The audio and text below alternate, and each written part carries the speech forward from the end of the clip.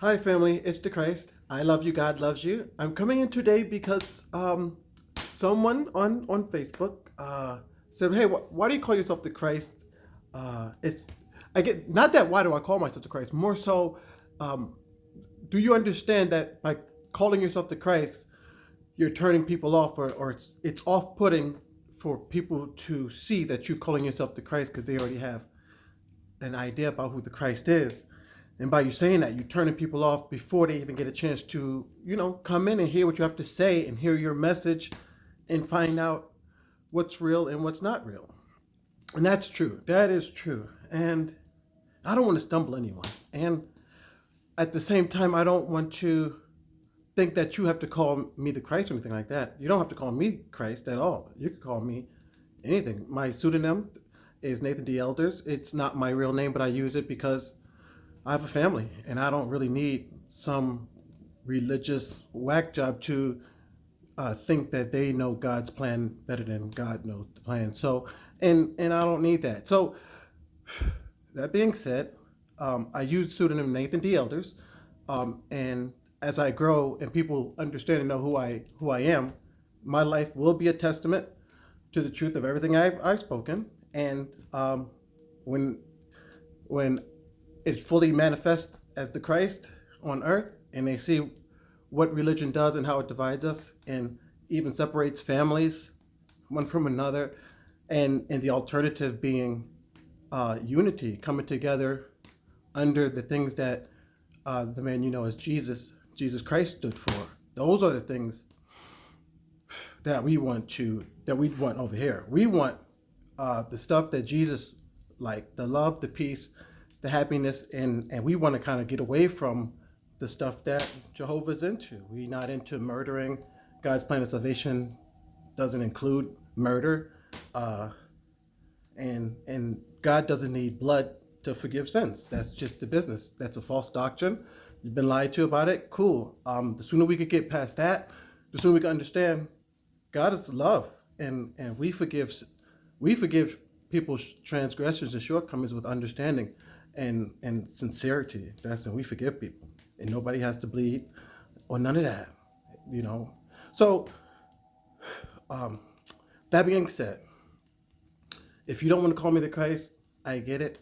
I don't go around broadcasting. I'm just broadcasting because this is the show, and if you're here for it. You're here to see the show, and we're growing, so that's the good news. Hopefully, with everything that's going on, we can make a more concerted effort to get my message to the people. That would be nice. If you say, hey, you know what? I don't. If you don't, we don't want to wait another 2,000 years for Jesus. Jesus got murdered. He's not coming back. But the Christ is always here. The Christ is always here and coming to be here with the people. And Jesus, or Yeshua the Christ, is one. And we keep coming. And I guess that's the message. But if you're waiting on Jesus and you turned off by my message, I understand.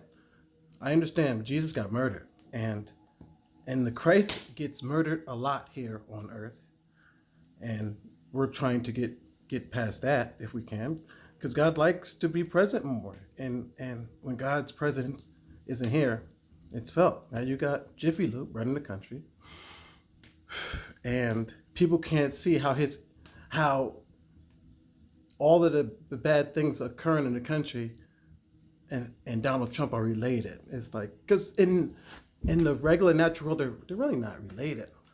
But this world is more than just a science experiment.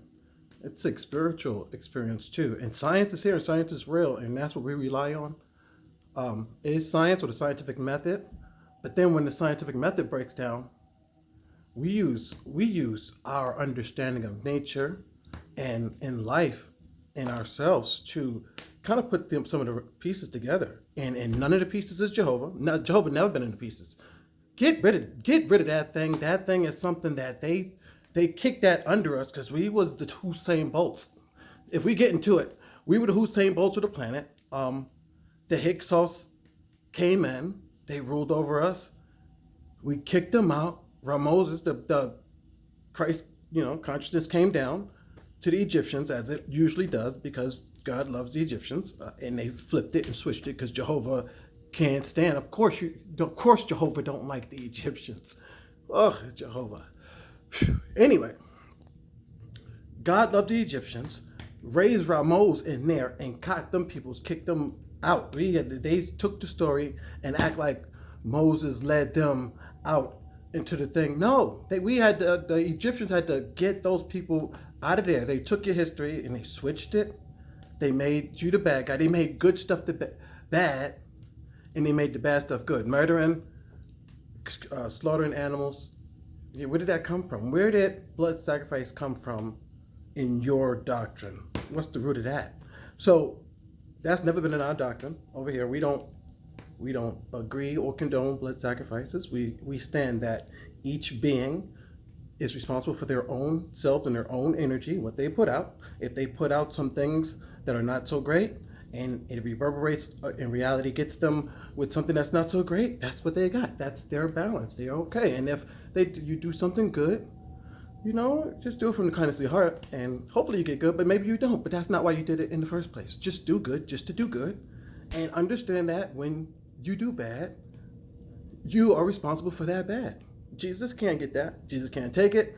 You wasn't born into sin. You ain't do nothing wrong. Any transaction that Adam and Eve and Jesus and Jehovah got, you could keep. You don't have to be in that agreement with. Fix that with them peoples. I'm living my life trying to do my best to do the right thing, and I don't need these crazy false doctrines tripping my life up. My life is a reflection of my goofy beliefs. My life is a reflection of my beliefs. That's why I'm depressed and goofy looking. Don't do that no more. You get out of there, leave Jehovah behind, grab Jesus, and come on. Let's go. We moving out of there.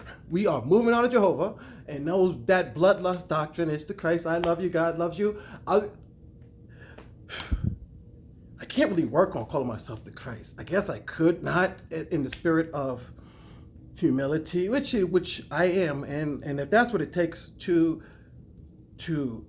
for people to understand this is the real deal, this is serious business, cool. I won't call myself the Christ. I just want to hurry up and manifest it. And that's just my personality trait. I want to get to it. I know the more I say it, the more real it is. And I see it every day. And I don't want to slow down our growth because of your not small, but immature understanding of the process. I don't want to slow down our growth because of your immaturity of the process. However, if I drag you too fast, I could hurt your arm. And I get it.